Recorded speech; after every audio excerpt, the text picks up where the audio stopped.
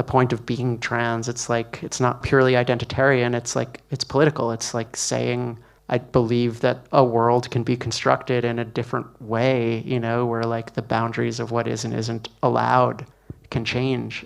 I feel constantly this like assimilationist pressure in Hollywood, right? It's like the path of especially queer voices is to like, let's like make ourselves palatable and understandable to normative society. And that just feels like gentrification. And so I think it's like staying really true to that, you know, as you make work and trying to, yeah, just like, even if I'm working within a system, that doesn't mean I like support the system, I suppose. And I would encourage other filmmakers to like keep that in mind.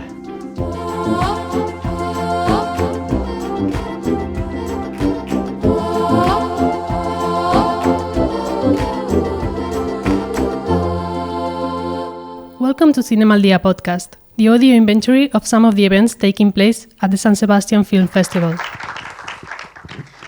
Bueno, kaixo, arratsaldeon guztioi, buenas tardes a todas y bienvenidas a esta nueva sesión de conversaciones. Welcome to this new film talk, which are within the NEST program. And well, today we're particularly happy to have here the director, Jane Schoenbrun. You could see her third long feature, which was debuted here 2 days ago, premiered. And like always, we'll talk first, and then we'll open a question and answer session. Thank you. I would like to start with something that happened on Monday when we were here in the premiere of the film, because I think that everyone was really connected to the film and something really special happened in the Q&A, because it became a sort of sharing experiences, and I think that that's quite unique. And I would like to ask you if this is something that has happened to you before in the other premieres you have made, and why do you think it is? Yeah, it's been happening all year. It's quite moving. I try to make films. I talked about this on Monday. I try to make films from very like internal places. I don't think I start with story. I don't think I start with narrative. I also don't think I start with like a message, you know, or like I need to get people to understand this thing that I understand. It's really like starting with something oblique, something kind of liminal and amorphous, but that I feel. Usually it's a mystery to me for a long time, and part of the process of building the film from maybe like, just an idea or an image involves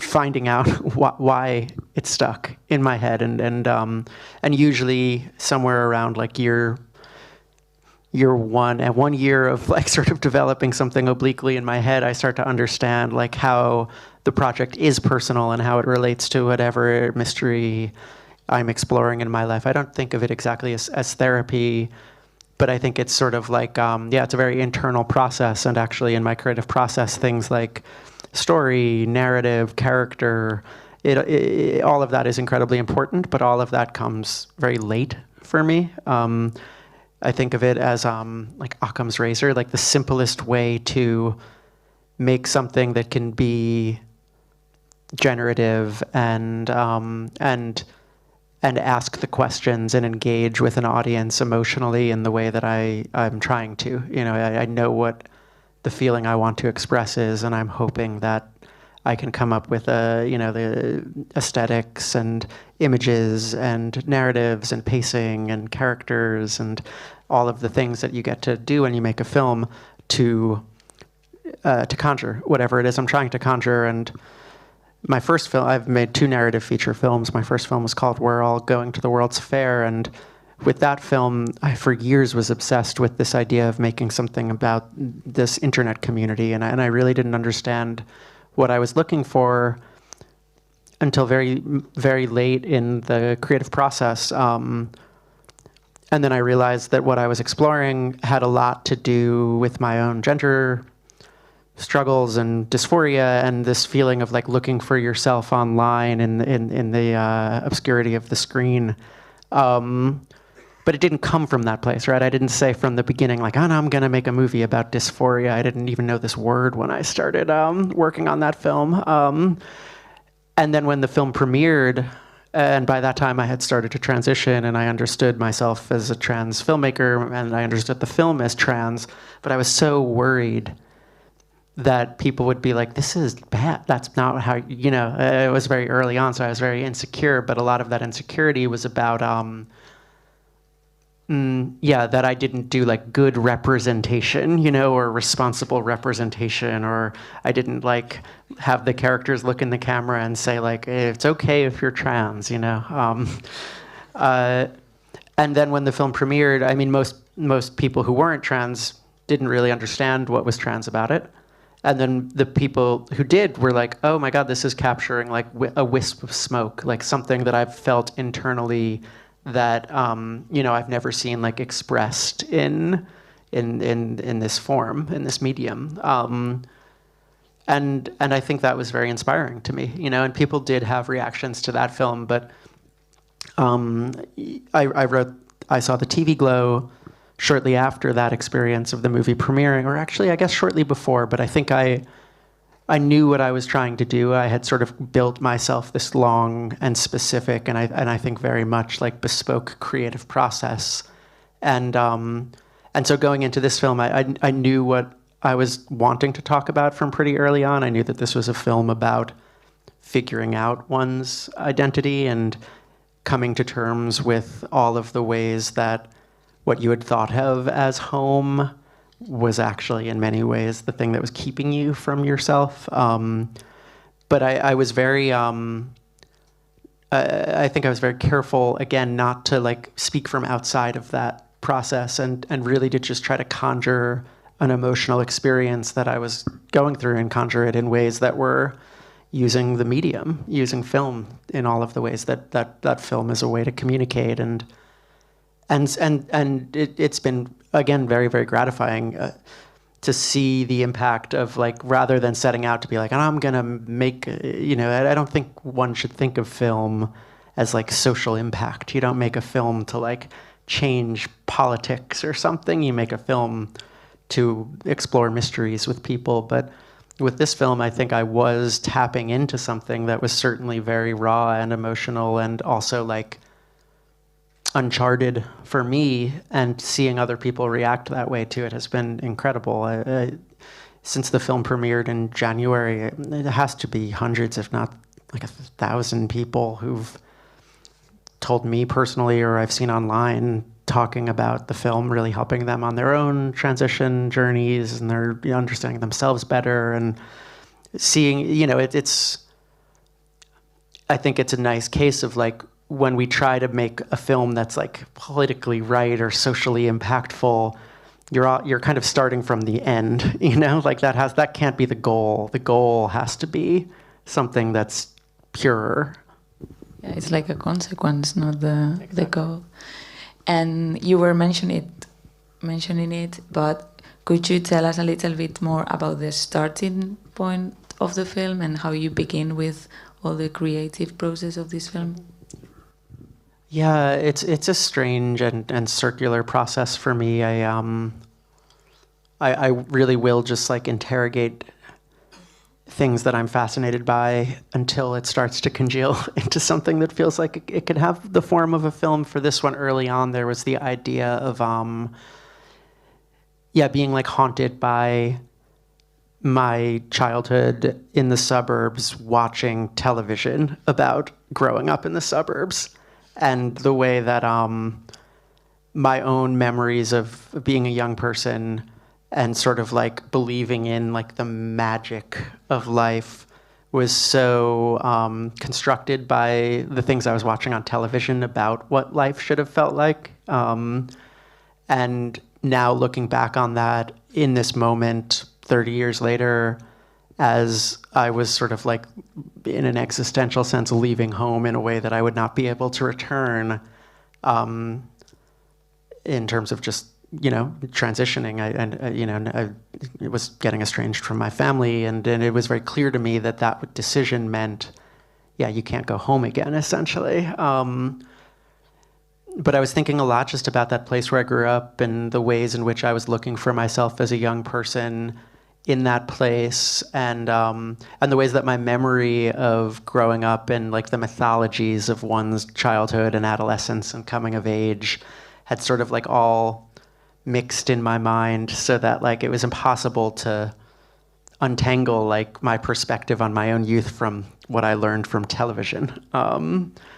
There was then also this idea of a TV show that was canceled. I loved television growing up, and like the characters in the film, I really like put a lot of myself emotionally into television, and it was almost this like lifeline because I was so dissociative and so unengaged in my own body and like reality that week to week I just, it was like I can't wait for the next episode of Buffy or Twin Peaks or The X-Files or whatever.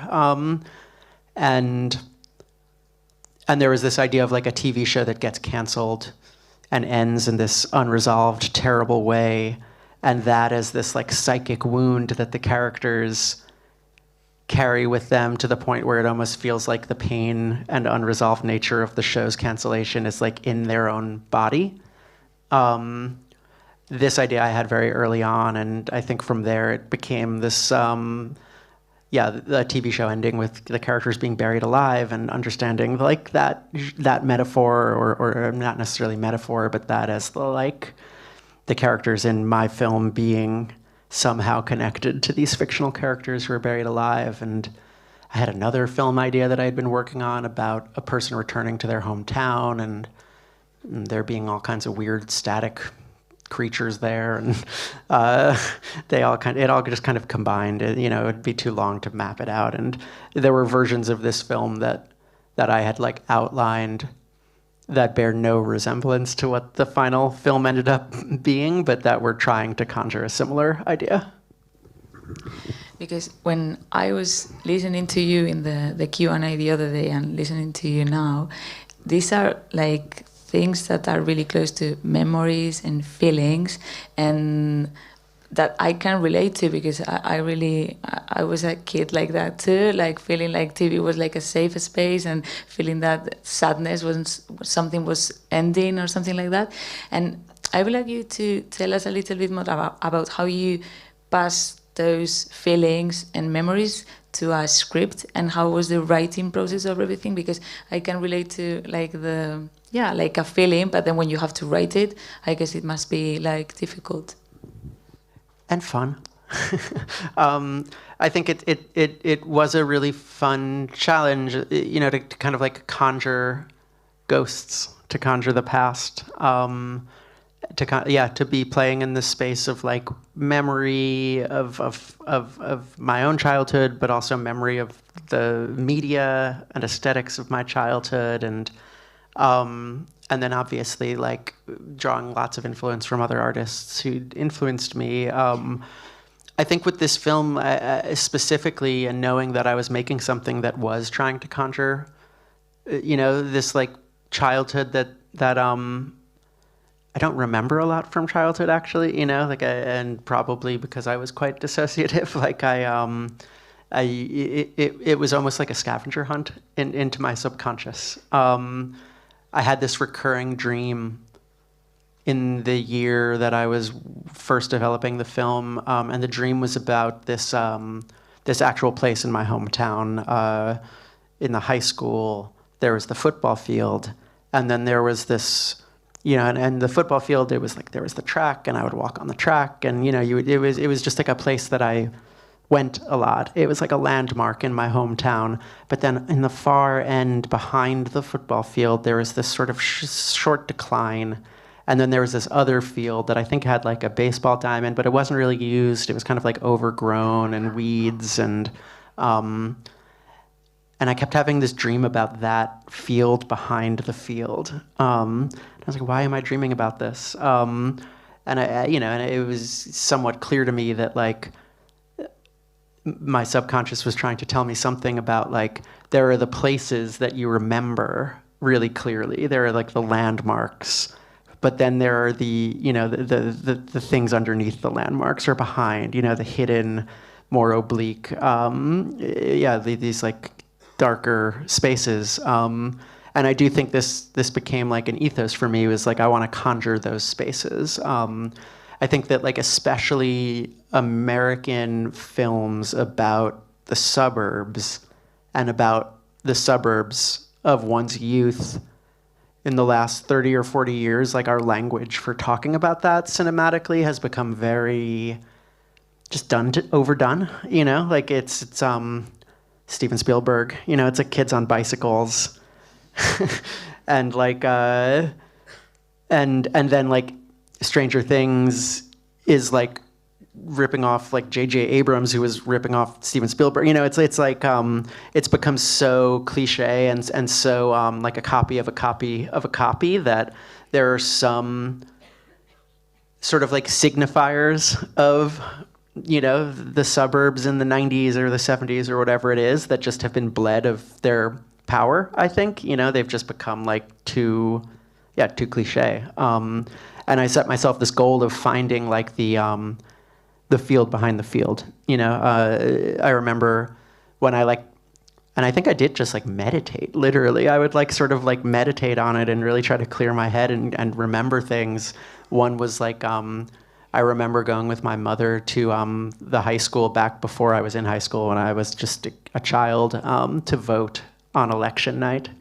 And those machines, they were real with these levers that you pull with the candidate's name on it. And there was always this bake sale. And it felt so exciting, like Maddie says at the beginning of the film, to be going to this building at nighttime. It was like this event, you know, this space had been transformed in this way. And that was just this like ritual, the inflatable planetarium, this is very surreal, but a real thing that they brought in every year to the school. And we would sit in there and look up at the stars. And so I was looking for these things that I hadn't seen done to death by Spielberg and everyone who's trying to make movies like that. But that still could be, if not universal, at least like hold some kind of signifying power that that could bring you back to a place in a more visceral and emotional way. So I think it was just careful and diligent, like trying to stay true to that as the mission.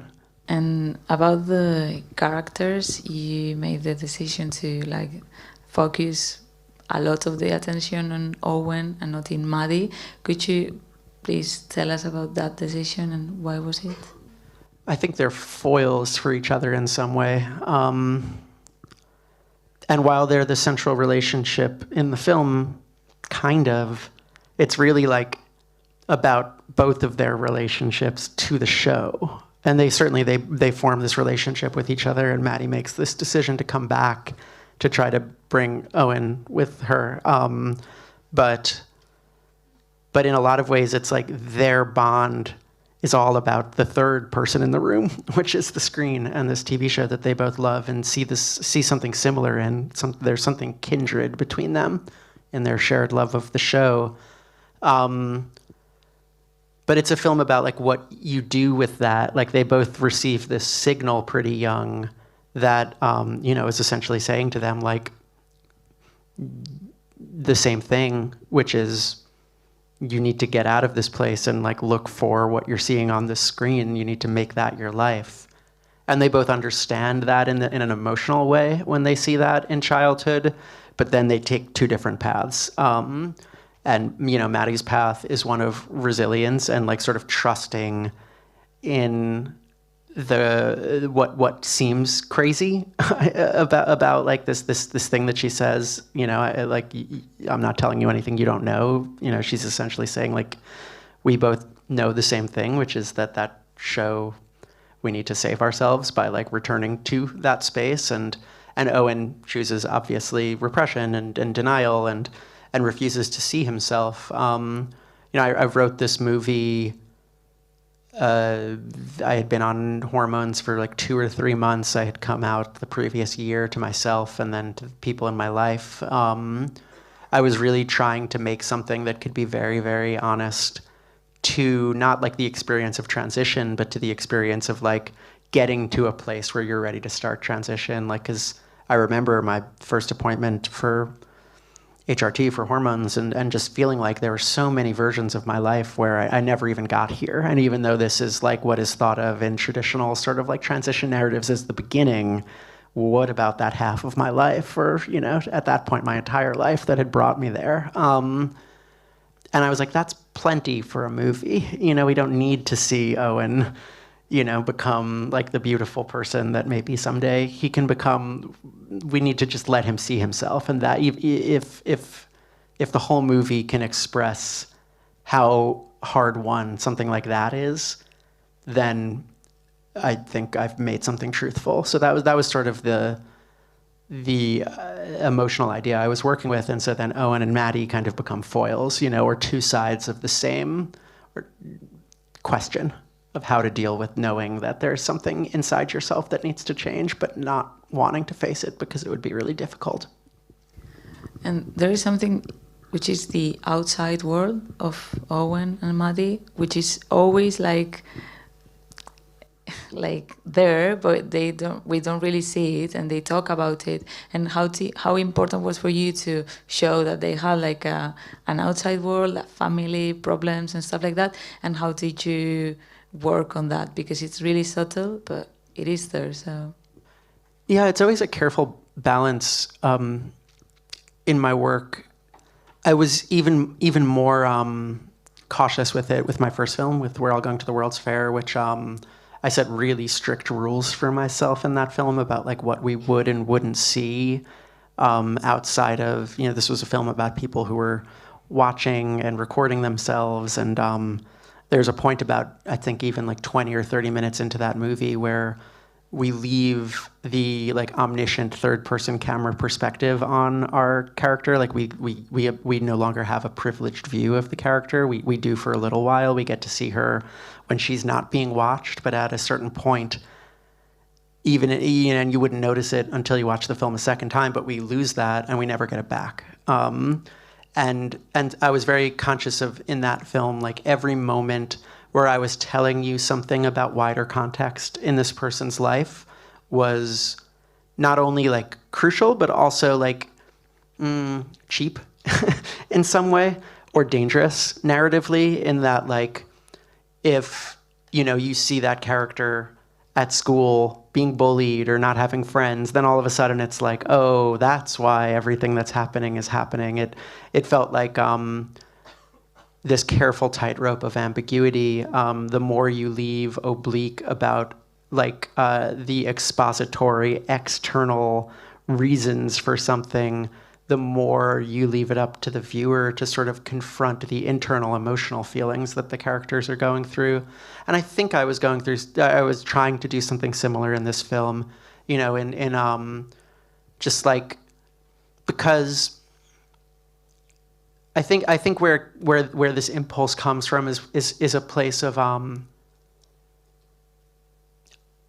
you know, like I didn't want to make it.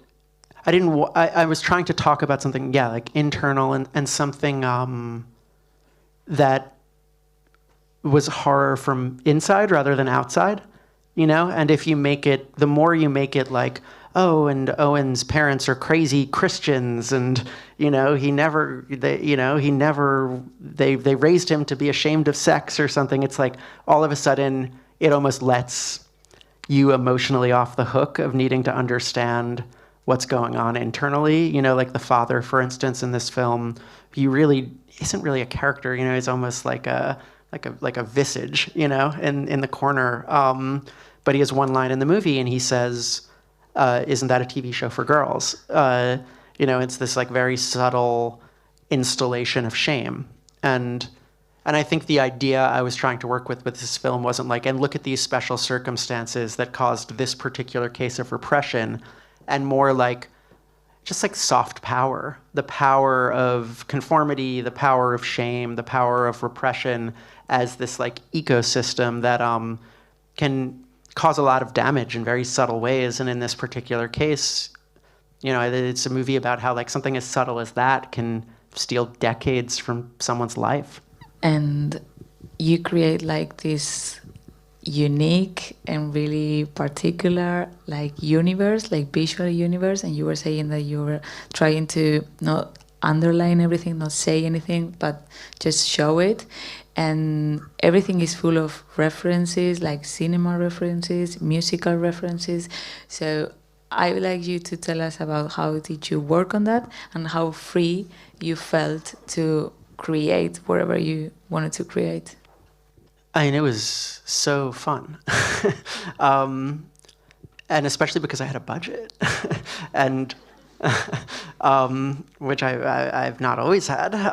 It's and there are drawbacks to having a budget in many ways, and there were things that I discovered and I think kind of knew going in, but then really knew as I was making it that you have to give up when you have a budget and when you have a big crew. And I think the main thing on this film that I knew I was giving up was like that I had on my first film, which was much smaller and was like 10 people in the woods making a movie, was making that film. I could be like Anna, our lead actor, after production one day was doing tarot card readings, and I was like, okay, tomorrow we're just going to take the first half of the day and scrap this scene, and just Anna's going to like do tarot card readings for the camera. And it's my favorite part of the movie in many ways. You can't really do that when you have like the infrastructure, you know, when there are Teamsters around and, you know, just different departments. And yeah, you can't quite do this. You can still try to capture lightning in a bottle, but you have to do it within the like plan a little bit more. But what you do get with a budget is the ability to like build worlds, you know, and in many ways I think of this film as like pictures that I got to paint. You know, it's not animated, but it has this feeling of like, oh, we can kind of construct these beautiful tableaus that you just wouldn't be able to without a budget. And both in terms of like production design and just like the aesthetics, but also like getting to work with CGI artists was so fun and weird. They all really want to make it look like Marvel. But they kept making the mistake of showing me their like early renderings when it looked like bad, like kind of bad, or like it looked like Lawnmower Man, like it looked like the early 90s CGI. And I kept being like, bring it back to that, you know, just like making things that felt striking and visceral and emotional and evocative on just like a purely aesthetic level, you know, and visually and sound and music. Like that's just such a huge part of the joy of the medium and part of my process. And it's funny because like all of those things, they don't really start to shine until even after you've locked picture. And so like the editing process for me is so much about like leaving a lot of space and giving. I think the whole filmmaking process is just like giving yourself a gift in the future. You know, writing the script, I'm just going to write in that there's a song that happens here, so then I can like find a great song, and that's going to be really fun. Or like this, you know, image is going to be a crazy thing that I know I will like have the excitement to bring to life. And yeah, I think it's the next project that I'm working on. I really want to like merge both. That's like one of my big creative goals is like, I've written it so that there is more of an intimacy and more of like a space just for like human lightning in the bottle, kind of like not necessarily improvisational, but like looseness, but then also continuing to construct these like bigger, tableaus that are so much like the pleasure of the medium. And I don't know if you can tell us a little bit more about the actual references and your universe, which is, Yeah, I think it's like, I've always liked what I liked, you know, and even from like the youngest age, this is where the chalk drawings in the movie come from, is in like kindergarten, I was just drawing these like scribbly pictures of like witches and ghosts and shit, and my teachers were like, Jane's like a little trouble, you know, like Jane might grow up to be trouble, and they were right. But I've always like been drawn to like this particular, I think like queer, nocturnal, gothy aesthetic. I like things that are like tinged with horror, but not necessarily like just because they're trying to scare you. Like there's something like romantic about those tones for me. So I think I just always gravitated towards things that carried that imagery, like some on this film. The Smashing Pumpkins were a really big one. The Melancholy and Infinite Sadness album art and the music videos, and just this like kind of like gothic, romantic, suburban nighttime world. I was like, if we can like make a movie that feels like that, then it'll hit the mark. You know, obviously Lynch, obviously Cronenberg, obviously Gus Van Sant's, you know, like a teenage death trilogy. And then obviously 90s television. There was this idea to like conjure, to sort of like take the aesthetics that I loved and just felt like so like it was like in my DNA because I just grew up on it, you know, from like Buffy or Nickelodeon TV shows like Are You Afraid of the Dark or Pete and Pete or Goosebumps, to like take this sort of schlocky but very colorful, almost like, yeah, and one that Eric and I talked about a lot were like the Joel Schumacher Batman movies, just like the craziest colors. To like take that imagery and then like sort of transplant it or merge it with more of like an art film vernacular, so that you're almost looking at this like beautiful Gregory Crewdson-esque composition, but there's like a latex monster in the middle of frame, you know? Yeah, and just like, I did a similar thing in my first film with like merging lo-fi, like YouTube internet aesthetics with like art film language. And I think like a funny thing happens when you try to take like high culture and low culture and smush them together. And I think I'm drawn to doing this because I grew up on pop culture and then found a lot of that other stuff later in life. But yeah, it either like hits or people are like, why did you do that? We are going to open the questions. So we have a lot. One there, yeah, that one. Hi. Long life, Buffy fan. Really enjoyed the film. I did have a question about how the character expressed how the memories of the show changed over time and how it didn't feel the same way as when they were watching him in their youth. What were you trying to say with that? What did you... I'm wondering. What was I trying to say with that? Should I say? You know... yeah, I mean, I'm happy to tell you my interpretation of my own movie. It's a point in the movie where Owen is... I think we all can relate to this, right? Like looking through the prism at different points in life. And I think it's like one of the great pleasures of art, honestly, is the way that like you can watch something that you loved so much. In the same way that like when I go back to my hometown, the field I used to play in, I thought of as this like vast, giant place. I was like, oh no, that's just like a backyard, a glorified backyard. You know, it was much smaller than I remembered it as. And yeah, for a film that's so much about memory, like it felt important to talk about that, to talk about like this show was imbued with like all of the romance of, you know, God. You know, like they saw magic in it. It was like where they first saw themselves. And in some senses, it's like absurd that was just this like kids' TV show, you know, made on a budget probably as like a Canadian co-production. But you know, and this is sort of the point is that like it's not so much the show itself, and in fact, like by clinging to the show so didactically, Owen is trapping himself. It's more about like how the show felt. You know, this was something I would always say on set is like, we're not trying to make a realistic movie about 90s television and how it actually looked. We're trying to conjure how it felt to watch at the time as a kid. But I think there's something else going on in that particular moment at the end when he's on the couch, which is he's just sort of, he's literally taken his father's place, right? Like we've seen his father throughout the movie lying there watching television in that same couch, same position. And Owen, as he tells us, like right before that scene, he's like, it was time for me to become a man. You know, I did it. And perhaps at that moment, he is like, has fully internalized, even though his father has passed away, he's fully internalized his father's like doctrine. You know, he's no longer, he's lost the ability even to see the glimmer of who he really is, the magic in that show. He's just full dysphoria. He's full, you know, like he's rotting. And so I think what the key word in that scene is shame. He says, I just felt embarrassed. And I think it's that. It's like the feeling of, I think it's a feeling that as a trans person, you know very, very intimately, which is the way when I'm talking to somebody who sees me as disgusting, I know, versus when I'm talking to somebody who sees me as me.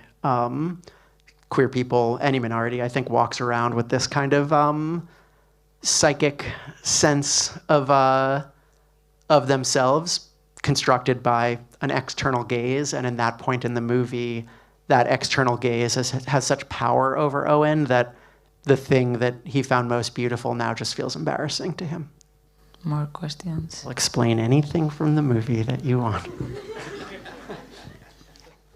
Hi. Well, first, thank you for this beautiful, dark movie.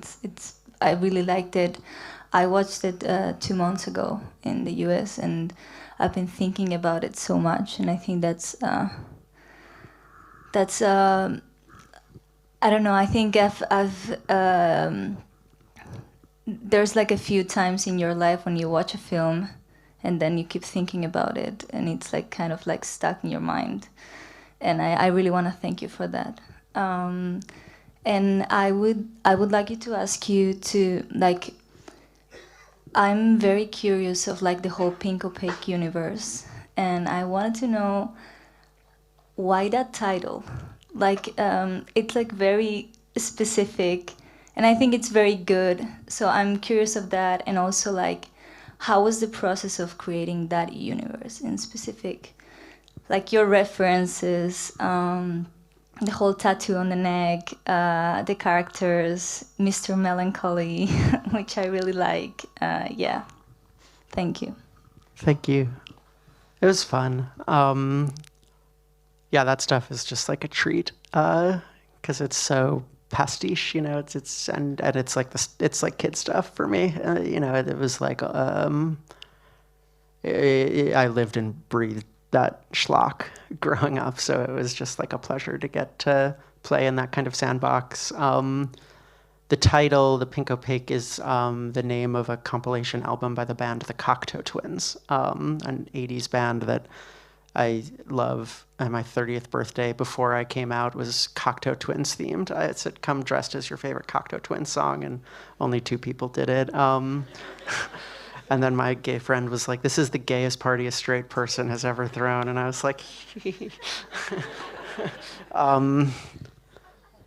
I forget, I just liked that name, The Pink Opaque. And I was like, but this is a placeholder. I'll like come up with my own name for the show. And then I just couldn't come up with something better. And so it stuck. And then, yeah, everything else in the show, it was like, I think it's always really important to me to not like to always like meet that at its level. Like there was a similar thing in my first film of like the central like online creepypasta game that the characters are playing. And it's like it would be so easy to just like make it stupid because some of them are stupid. But like even when they're stupid, like you can still understand why people would love them. And it was very important to me to like. I just knew the entire film wouldn't work if I was looking down on the Pink Opaque from above, because then you wouldn't be able to understand like what Owen and Maddie saw in the show. So I just took my time and thought about like, yeah, the pastiches and tropes of like that particular kind of show, and you know, like borrowed some elements from some places, but others from my own, and then also tried to like. You know, there is this thematic thing happening, right, where it's like Isabel and Tara are each other's imaginary friends, and they live far from each other, but they communicate on the psychic plane, and they're trying to find each other again. And there is like an echo of the, you know, the sort of the themes of the movie that are coming out narratively in the show's plot. They're echoing each other, obviously. The tattoos. I was like, I think it was just written in the script as like a birthmark or something. There's always like a mystical birthmark, you know, Captain Planet stuff. And What else? I mean, Mr. Melancholy. I was playing on George Méliès's Trip to the Moon, but also the Smashing Pumpkins music video for Tonight, which pays tribute to George Méliès's A Trip from the Moon, and Melancholy and the Infinite Sadness. It just like it all kind of formed itself. And then I was just like pulling very specific things from episodes of Buffy or Are You Afraid of the Dark that I loved. It was just fun. There was one moment when making a movie is like a nightmare, obviously. Scheduling is like a nightmare. And there was one moment when it appeared that the actors who played Isabel and Tara, we maybe weren't going to be able to get them on the same day. But then thankfully we did. But I had created this whole other mythology off of that where like, I was like, oh no, it actually could work. What if they were like from neighboring sleepaway camps on the opposite side of a lake? And they like each were on their own dock and they were psychically talking to each other. And it's like Owen and Maddie and how they're finding each other. And we didn't have to do that. But I think it's like you create the thing emotionally that fits into the puzzle. Hi, Jane. Thank you for being here and congratulations on the movie. It's just a tiny curiosity. I think we have read in the credits the name of Phoebe Bridgers and Emma Stone. Just for curiosity, what was their role on the movie and how did they end up in it? Thank you. Well, Emma's not in the movie. Emma Stone was a producer on the film. After my first film, which I made for like $14, I was like, I want to make a movie for $15, and Emma Stone and her husband Dave McCary had just started a production company and were trying to make the kinds of movies that I wanted to make, and they were like on a list of a bunch of people who I met with, and I really liked both of them, especially because they're both artists, and like they had essentially said to me like, we just want to use our power. Like, this is Emma Stone. Like, we want to use her power to like help people like you make movies. And I was like, cool, I'll take your power. And then I remember like I was in Dallas, Texas for a film festival. And I remember hanging up and like walking outside and there was just like a billboard for Cruella. And I was like, that's crazy. I was just on Zoom with her. But she was great and so supportive and like literally like got on all of the Zoom pitches, and like having Emma Stone in the room advocating for you does help you seem like an adult and not a weirdo, to the degree that that's possible with me. And then Phoebe, that was an idea that I had always had because I loved her music from very early on.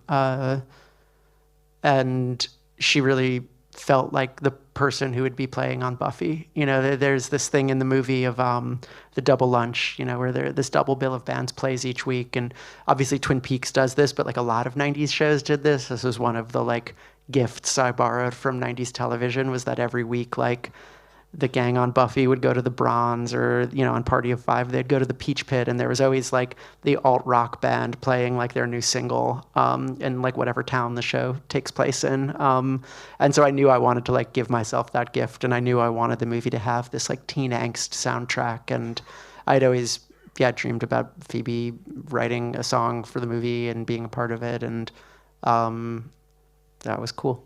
Jumping just for one question, because you were mentioning the industry before, you were mentioning it now. Sorry.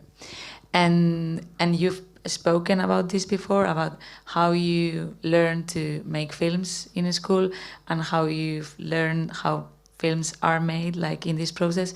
Could you tell us a little bit more about this and how was your experience?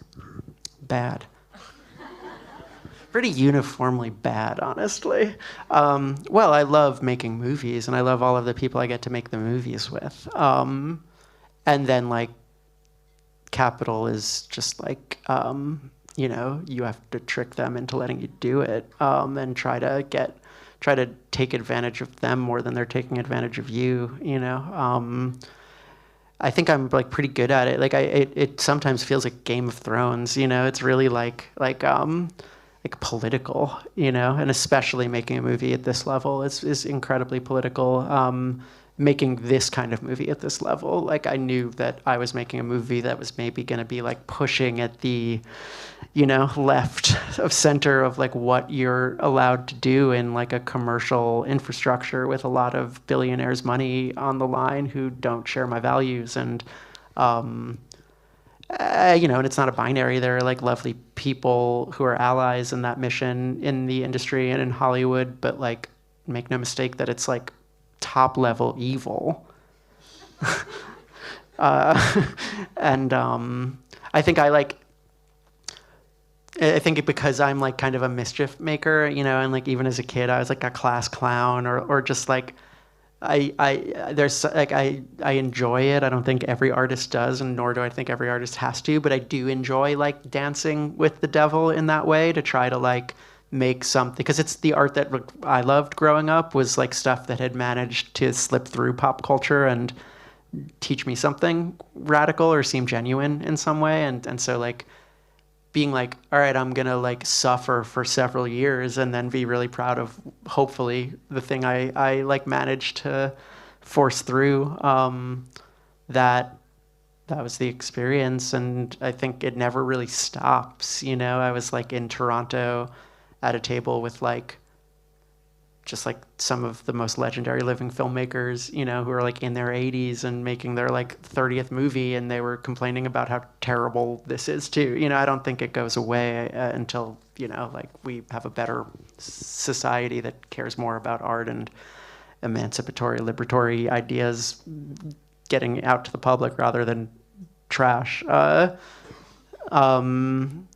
So sorry, I wish I had a more hopeful answer. No, it's okay. But don't you think that maybe you can like create your own way of doing, and in your future projects you can find a way of like working in cinema?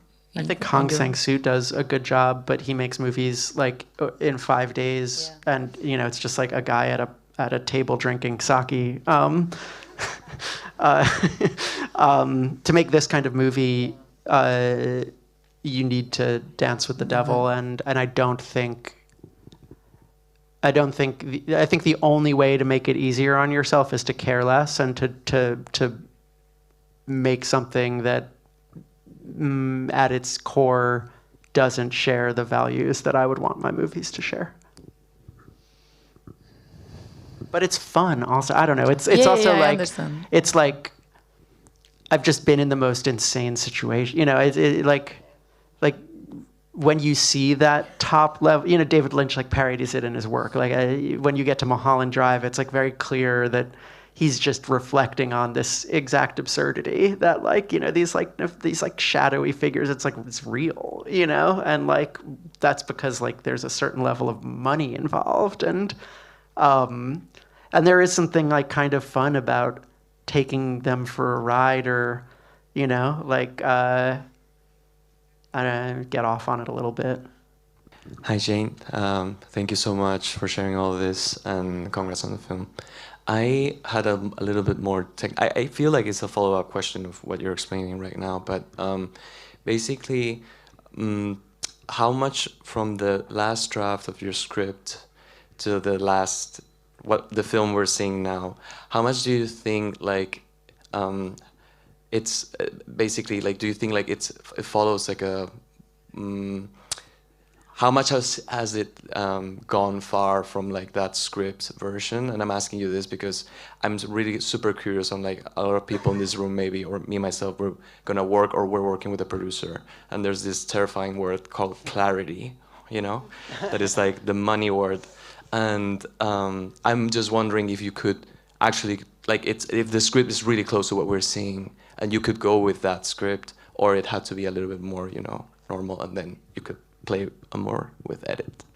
I mean, I definitely played with the edit, but I do, and certainly there were moments when like I was feeling like pressure to do things or, take notes or consider things that felt wrong, emotionally and intrinsically. And in those cases, like you just fight those battles one by one, hopefully elegantly. But then there were tons of ways that like the movie got better in the edit creatively, and many of those were like studio notes. Like I got really good studio notes. I had a very similar experience with my first film which is that like I think clarity is an interesting word. I kind of like clarity. Like I want my movies to have clarity to some degree. I don't want them to be simple, but I find because I make films that are like deeply ambiguous or that are like trying to leave the viewer with a lot to like ponder or question or interrogate, I've found that like there is a limit or there's like a threshold that like is a very fine line or tightrope to walk of like too much ambiguity makes people just go like, I don't care. And too much clarity makes people go home and do something else. And the right, on World's Fair, it was like so much about like how many things can I leave ambiguous. And on this film, I think the biggest changes in the edit from the script were structural. Were about like the timelines. Like the script version of this film started like it starts, but then it jumped to the present day and you like spent some time with Owen as an adult, and then it jumped back to high school, and then it jumped forward to adulthood. And there was like a point in the edit when I realized, and it was a studio note and a great studio note, that like it was too much, like because I was making you question reality and making you like keep up with this like hyper complex, like fractured time narrative. And it was too much. Like when I finally was like, okay, let's like experiment with, 1996, 1998, 2000 and 2009, just like watching the film linearly time-wise, even though obviously there's still all kinds of wonky things going on with time and reality.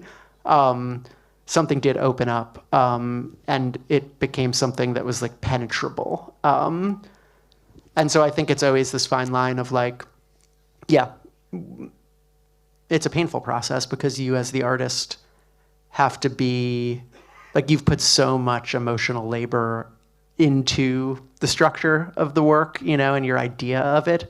And you need to just be able to be like, no, it doesn't work. Because when you have a script, you've not sat with somebody in a movie theater and watched the movie, and you really can't know what's gonna work until you do that. But other than that, I think the script is very true to the movie, and to like there's nothing that like didn't end up in there that I wish did. And though I didn't technically have final cut, there was never a moment where like I was feeling like my film was being taken from me. It was really just like, it's just the soft pressure thing again. It's like when people are like, what the hell is this? And you want to make something that people like. We have time for 2 more questions, so maybe there, because he was, yeah. Hi, Jen. Thanks for being here. Excuse my English, but I think it is such a cool meta joke, the fact that one of the characters of the movie is called Tara, and then the actress that used to play Tara is also in the movie. So I was curious about the fact, to know what was first, to naming the character Tara or to have the collaboration with the actress? This, for those who don't know Buffy, is a Buffy reference. Amber Benson, who plays Johnny Link's mother in that one scene, she opens the door and gives Owen a hug, played a character named Tara on Buffy who dated the character Willow.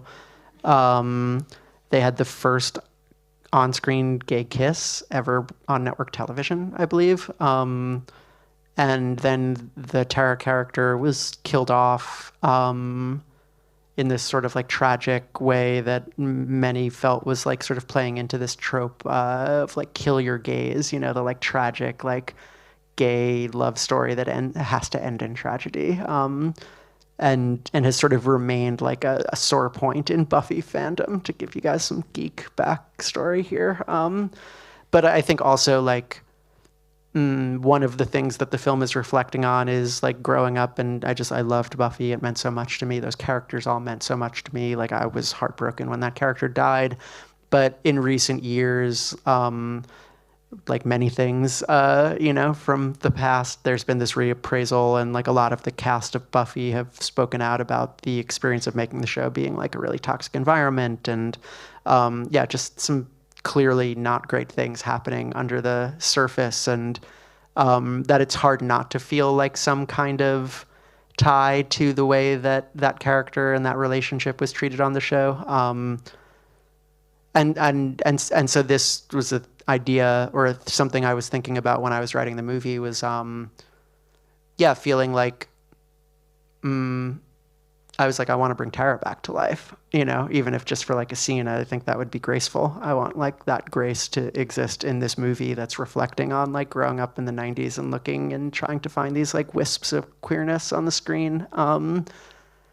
And so I guess technically first I wrote the script and named the character Tara. But then when we were making the movie, I was like, I really want to get Amber Benson, and I met Amber and she's amazing and was like so moved and hadn't acted in a few years, but like really wanted to come out and do it. And then I had to convince them to like, they're like, why do you want to like fly somebody from LA for like one scene? Like that's like a waste of money. And I was like, no, it's not. Like, here's why. And just, same as always, just like some begging and trying to make your case. I had to do that with Fred Durst too.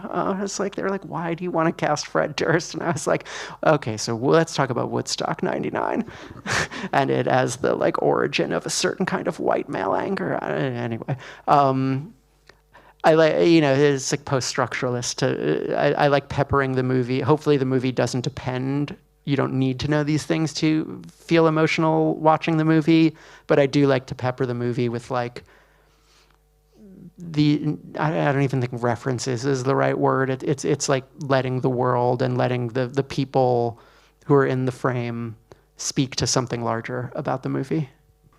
Hola Jane, enhorabuena por la película y por... Hi Jane, congratulations for being here for the movie. At the end of the day, you're giving vision to something that is very necessary. And I just wanted to know what you would tell those people that belong to the collective, who want to make movies and who want to tell stories like the one you told here today. To trans people? Just filmmakers with good taste, like me? Trans people. Gracias. What would I tell them? I don't know. It's definitely a specific kind of exhausting, especially when you're trying to make movies for this much money. Like as a trans person, I find that so many of the things that are like exactly what it's about for me are viewed as incorrect by like a more normative, like cis male-dominated space. So I think one needs to be prepared going in to like understand and really have, I think you always as a filmmaker need to have a lot of faith in yourself. Faith is such a huge part of the process, because especially early on in one's career, because like you're going to spend years believing that in this oblique way without much external validation that like, you're going to take some people's money and make something worthwhile out of it, creatively, financially, whatever. It just requires a lot of belief in oneself and also a lot of self-interrogation to make it actually worthy of that belief. And then I do think for trans folks, for any minority group, making work in a commercial system, like, and especially making work that's trying to like push at the bounds of what is acceptable in that commercial system. I think you need to surround yourself with loved ones. Like I last year moved out of New York City and moved upstate and just like found myself a community, like a queer family of like farmers and communists and, people who have nothing to do with this world. And that's been so important for me, having like emotional stability outside of the work that I do when I go to Hollywood and try to convince them to let me make my next movie. It's just about sustaining yourself and not burning out. And I think trans people understand this intrinsically. It's like we deal with that every day. It's just this is like a heightened version of that. And then I think the other thing is just like, and this is just like a political belief, and like the point is the point of being trans. It's like, it's not, you know, it's not purely identitarian. It's like, it's political. It's like saying, I believe that a world can be constructed in a different way, you know, where like the boundaries of what is and isn't allowed can change. And so like, I feel constantly this like assimilationist pressure in Hollywood, right? It's like the path of especially queer voices is to like, let's like make ourselves palatable and understandable to normative society. And that just feels like gentrification. And so I think it's like staying really true to that, you know, as you make work and